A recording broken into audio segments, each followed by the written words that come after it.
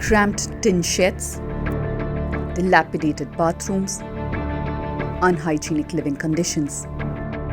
These are the precarious living conditions of the workers involved in Bengaluru Smart City projects.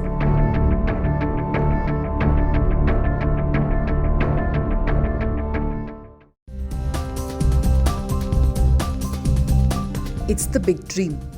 A livable, healthy, connected and vibrant Bengaluru.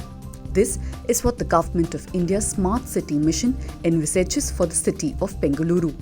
Road widening, road beautification, pedestrian-friendly roads.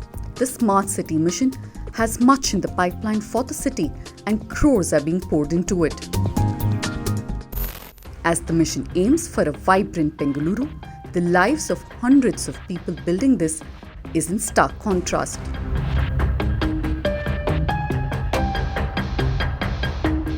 The workers live in cramped tin sheds. These tiny sheds are home to at least 5 people.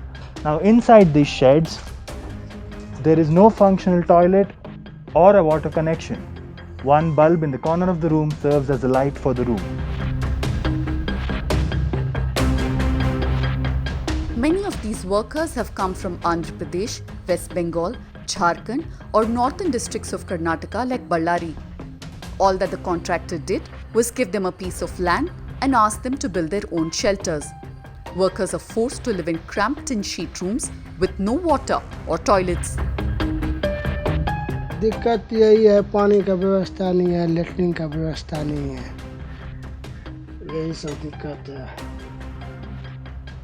अब पानी पीने वाला नहीं है, आज 2-3 दिन से यही बहुत दिन से यही चल रहा है, कभी पानी है कभी नहीं है, उसके बाद अभी तो 2-3 दिन के बाद पानी नहीं है। Prakash arrived in Bengaluru during Diwali last year and has been involved in pipeline work under the Smart City project. There have been multiple complaints raised about the living conditions of these workers. These are distressed migrant workers who arrive from states like Uttar Pradesh, Bihar, West Bengal and Jharkhand. They come here on the promise of a thekedar who shows them a spot and gives them the materials to construct these tin shed houses. While they go for an 8-hour shift, they cook, eat and finish their chores before leaving. In between, they find little time to take rest. Along with the lack of basic facilities like water connections, the workers here complain that there are no functional toilets anymore. The doors of the toilets are dilapidated and the toilets itself are jammed.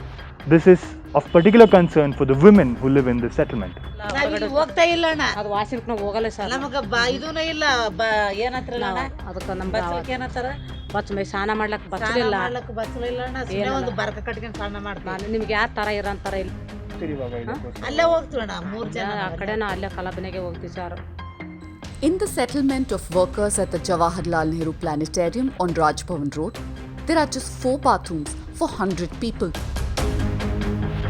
The All India Central Council of Trade Unions, that is the AICCTU, filed a report in April this year highlighting the problems faced by the smart city workers. The report raised important points.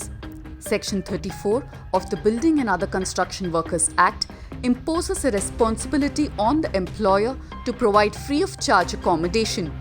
It mandates that such accommodation must have a separate cooking place, bathing facilities, washing and lavatory facilities. Moreover, the latrine and urinal must be covered, have a proper door and fastening. These provisions have been violated in these accommodations. See, legally speaking, the obligation and responsibility of the principal employer is very, very clear. They cannot abdicate responsibility. The second thing is, let us look at this little ethically also, because this is a state project, this is so-called smart city, and this is what you're doing to the workers who are creating smart city. I mean, how are you allowing them, how are you not even providing them, and how are you not even ensuring to them the payment of minimum wages? How are you not ensuring that they're paid overtime for overtime? How are you compelling them to live in such difficult and dire circumstances, which is actually very hazardous to their life and health? So one is, of course, there is a very clear legal obligation on Smart City Limited as the principal employer to ensure that every single right that they are entitled to is ensured to them. And if the contractor fails to do it, they are required to immediately step in and ensure that it is done. The AICCTU says that the government is aware of the pathetic condition in which these people live but refuses to act.